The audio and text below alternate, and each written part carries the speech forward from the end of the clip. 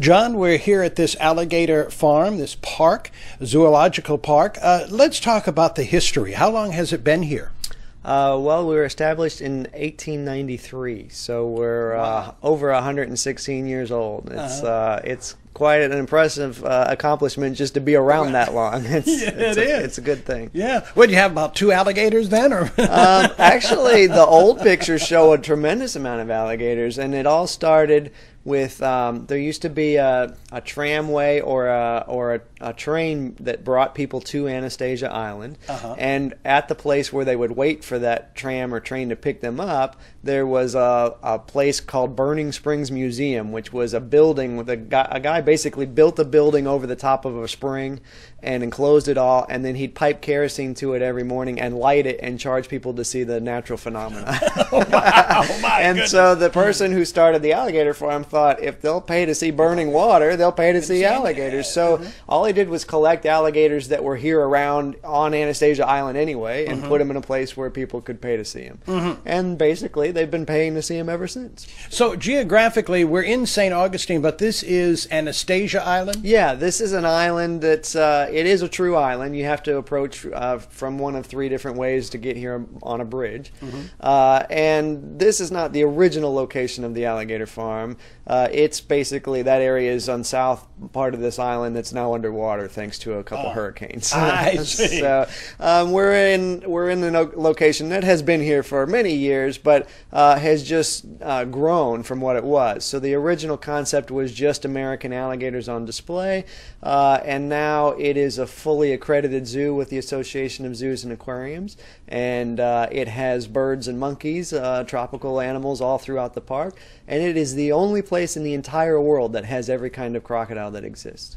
Every kind? There's 23 species of crocodilian, all the alligators, crocodiles, caiman, and a thing called a gharial that are around the world, and this is the only place you can see them all. Wow, I didn't know there were that many species. Yes, I mean, people generally think of, oh, there's a crocodile and an alligator, and that's it. But there are actually 14 kinds of crocodiles. So when somebody asks me that basic question of how do you tell the difference between an alligator and a crocodile, it's not an easy answer because there's 14 of these varieties of crocs that all have different snout forms and all kinds of things like that. Which one is the one you want to stay away from? Isn't there one that doesn't like you and the other one doesn't really care? Well, the honest answer is you should probably be careful around all of them. Right. But alligators do tend to be a lot more laid back than most crocodiles. And some crocodiles are man-eaters. You know, Nile crocs and saltwater crocs both get large enough to eat people and not really think twice about it. And so they are much more dangerous in those areas that they come from. Let's talk about the front side. The facade of the building that you see when you come in is absolutely beautiful. Well, thank you. Yeah, it's got that Spanish character. You know, all of St. Augustine is based around the Spanish being here and settling, and so it's just it's trying to show off our heritage a little bit. Very good. Now, the park is evidently sections, in different sections. Sure. Well, we have for our 100-year anniversary, we opened up Land of Crocodiles, and that was the primary way of displaying all the species of crocodilians at the time. At the time, there was only 21 known species, so there's since then even been a couple that have been identified. But then, and Land of Crocodiles is divided up into regions. So you see the crocodilians from the Americas, the crocodilians from Africa, and the crocodilians from Asia and Australia. And then the rest of the park, there's a large swamp in the back, which just has this phenomenal bird rookery. And the bird rookery has, well, literally thousands of birds every night come here and spend the night. And they're not our birds. We don't feed them. We don't even have to take care of them. But they're all wading birds. They're the egrets and herons and spoonbills and ibis. And they know that as long as they get a branch above an alligator, they can get a good night's sleep because there's no raccoons, there's no possums, there's no snakes, there's no rats, nothing that's going to mess with them. And so they come back every night. No matter where they've been feeding, they come back here and spend the night. And then in addition to that, they raise their young here. So same reason, if they get a nest above an alligator, nothing can mess with them. And it's a good relationship. The alligators, of course, would like to eat those birds, but they maintain that area and kind of guard it underneath the birds.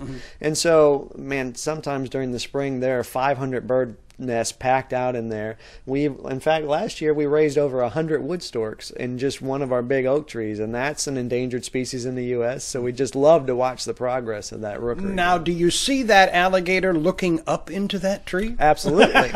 In fact, it's part of nature. Most wading birds have an extra egg. It's an animal, a chick will hatch out that will be a runt, and it will probably that bird will probably never get enough resources to feed that third or fourth egg or chick. And so that animal gets picked on by its siblings, and it'll either fall out of the nest or get tossed out by the parents, and the alligators love those. They eat those. Well, that's what makes the rookeries work in the wild, is those birds are constantly falling out in a big rookery, and it causes alligators to wait under the nest and provide the protection for the rest of the nest. I understand. So it's a good symbiotic relationship in the wild.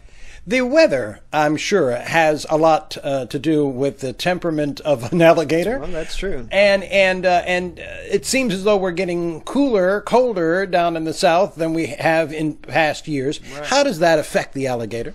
Well, alligators are able to handle a certain amount of cold weather. I mean, they get in the southeastern United States, they get up into Georgia and over as far as Texas, and so it's not as though they are only in very tropical areas like some of the crocodiles, but they just basically slow down as they get colder. So we know that an alligator on a warm day can hold his breath for a half hour. An alligator in cold times can hold his breath for 2 days. And so they just slow down. They shut their stomach off. They won't eat during cold weather because they know they can't digest their food because they're busy using their resources elsewhere. And they even have the ability to know when water is approaching the freezing temperature. And so the way they handle that is they will go to the edge of the pool and stick their nostrils above the water line, and they can freeze into that point. And we've actually found alligators in the wild with several inches of ice, and they're frozen. They couldn't go anywhere if they wanted to, but they can get their breath every couple of days. Gotcha. And then when they thaw out, they seem to be fine. Wow. I am showing a picture right now of your extreme photographic area where you get really up close and personal with these alligators. Right. Isn't that scary? Well, I think it is scary, but it's not scary. It's scary for the visitor who's doing it, but for our staff, they're in with these animals on a regular basis. And the truth is, alligators are far smarter than we give them credit for. We think of them as being prehistoric and therefore stupid. And those two things are not necessarily mutually exclusive. So the truth is that alligators have a very good ability to learn, which we wouldn't expect from something so old. But they, in the main enclosure, there's 44 animals in there. More than a dozen of them know their individual names, and they will come to the keepers when they're called. Wow. And so we use training as a safety mechanism. So we train an animal to only approach to a certain distance, or in cases where animals might fight during feeding time, we train one to be over on this side of the pool and one to be over here so that they're separate from each other. And it works to our advantage. They're smart enough to be able to do that with, and it's a lot of fun for our visitors too, because they get to see our keepers interact very closely with animals that they think of as being more like a pit of lions and being really dangerous. Wow. Well, is it true that a stuffed alligator, one who's had all kinds of stuff to eat, isn't really interested in you, or will they eat again?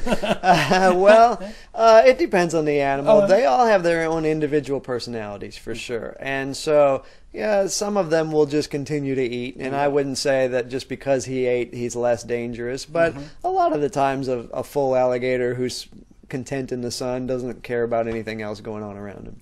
When you say alligator farm, do you raise them here then? No, it's actually a bit of a misnomer. We've never acted as a farm, and so I don't know. I wasn't here 115, 16 years ago to know for sure. But my belief is that because they only had alligators when they first opened, that the term, they called it farm because there were hundreds of them, and it wasn't a zoo. If you said zoo, then people were going to expect to find monkeys and birds and things like that. So I think that the term came about because of that, but they have never acted in a way. They would never been making skins and wallets and belts and meat and things like that out of the alligator scene.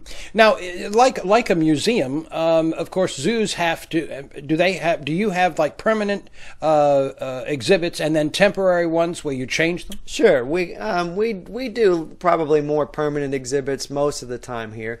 Our latest permanent exhibit is a big Komodo dragon exhibit, and he's just fantastic. You know, it's a lizard that's 7 feet long and weighs 85 pounds or something like that. There's nothing like them anywhere else in the world. And so we built a building, and we got a whole area that's all different reptiles from that same region that the Komodo dragon comes from.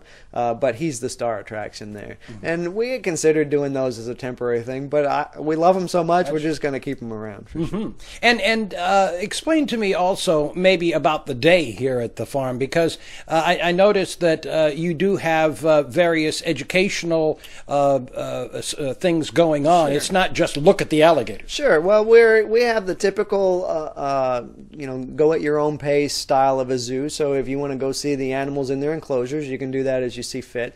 But every hour on the hour, we have a show. And so those are alligator feeding shows to make them do something other than sit there looking at you. We have a different reptile show that tells about lizards and turtles and snakes and things like that.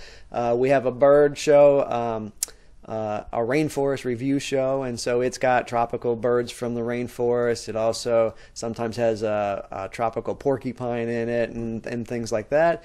And we do a show specifically for school groups called our Florida Forest Friends Show. That's a mouthful. And that is aimed at local school groups because they have to learn about Florida wildlife to pass their FCAT test here. So we want to make sure that we're addressing that subject with them as well. John, if someone wants to come to the park, they want to get more information, how can they do that? Well, our website is alligatorfarm.com. That's nice and easy. You can call Molly at 904-824-3337, and she's got all the information right there in front of her.